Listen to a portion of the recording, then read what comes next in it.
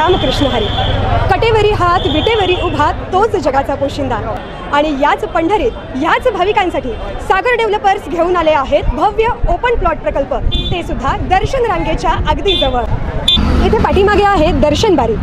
नगरपालिका हद्दीतील नियोजित आराखड्यातील 50 फूट डीपी रोड. संपूर्ण प्रोजेक्टमध्ये अंतर्गत street lights, plot demarcation, plantation आणि प्रत्येक प्लॉटला स्वतंत्र नळ कनेक्शन. संपूर्ण प्रोजेक्टला तारेचे कंपाऊंड. ज्येष्ठ नागरिकांना बसण्यासाठी बेंचेस. चला तर मग आत्ताच बुक करा मठासाठी किंवा आपल्या हक्काच्या घरासाठी आपल्या हक्काचा प्लॉट, तेही अगदी माफक दरात. ताज्या घडामोडी पाहण्यासाठी आमच्या YouTube चॅनलवरील PVR म्हणजेच पंढरी वार्ता या न्यूजला सबस्क्राइब करा आणि शेजारील बेल आयकॉनवर क्लिक करा. नुकत्याच पार पडलेल्या विधानसभा निवडणुकीत सांगोला मतदारसंघातील शिवसेना शिंदे गटाचे उमेदवार शहाजीबापू पाटील यांचा पराभव झाला. जून 2022 मध्ये शिवसेनेत उभी फूट पडल्यानंतर मुख्यमंत्री एकनाथ शिंदे यांच्या पाठीशी ठाम राहत काय झाडी काय डोंगर या विधानामुळे राज्यभर चर्चेत राहिलेले व एकनाथ शिंदे यांच्या बंडामागील भूमिका राज्यभर विविध सभांमधून आक्रमकपणे मांडत असताना शिवसेना शिंदे गटाचे स्टार प्रचारक अशी ओळख निर्माण झालेले शहाजीबापू पाटील यांचा 2024च्या विधानसभा निवडणुकीत झालेला पराभव हा शिवसेना शिंदे गटाच्या चांगला जिव्हारी लागल्याचं म्हटलं जात आहे.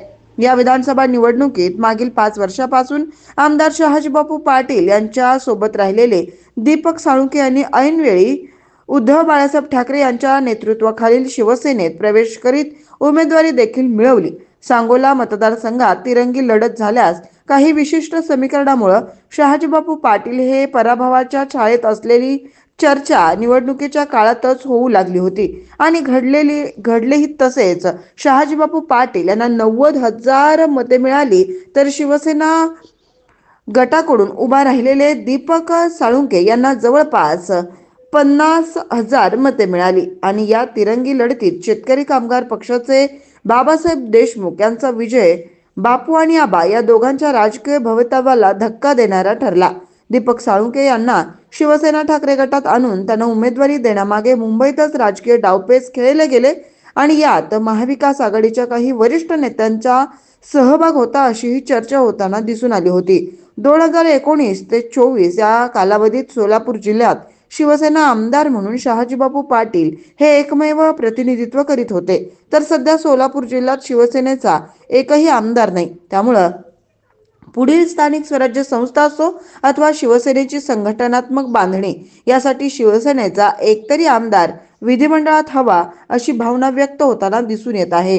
आणि यातूनच आमदार शहाजीबापू पाटील यांना विधान परिषदेवर संधी मिळावी या मागणीसाठी एका शिष्टमंडळानं 2 दिवसांपूर्वी उपमुख्यमंत्री एकनाथ शिंदे यांची भेट घेतली.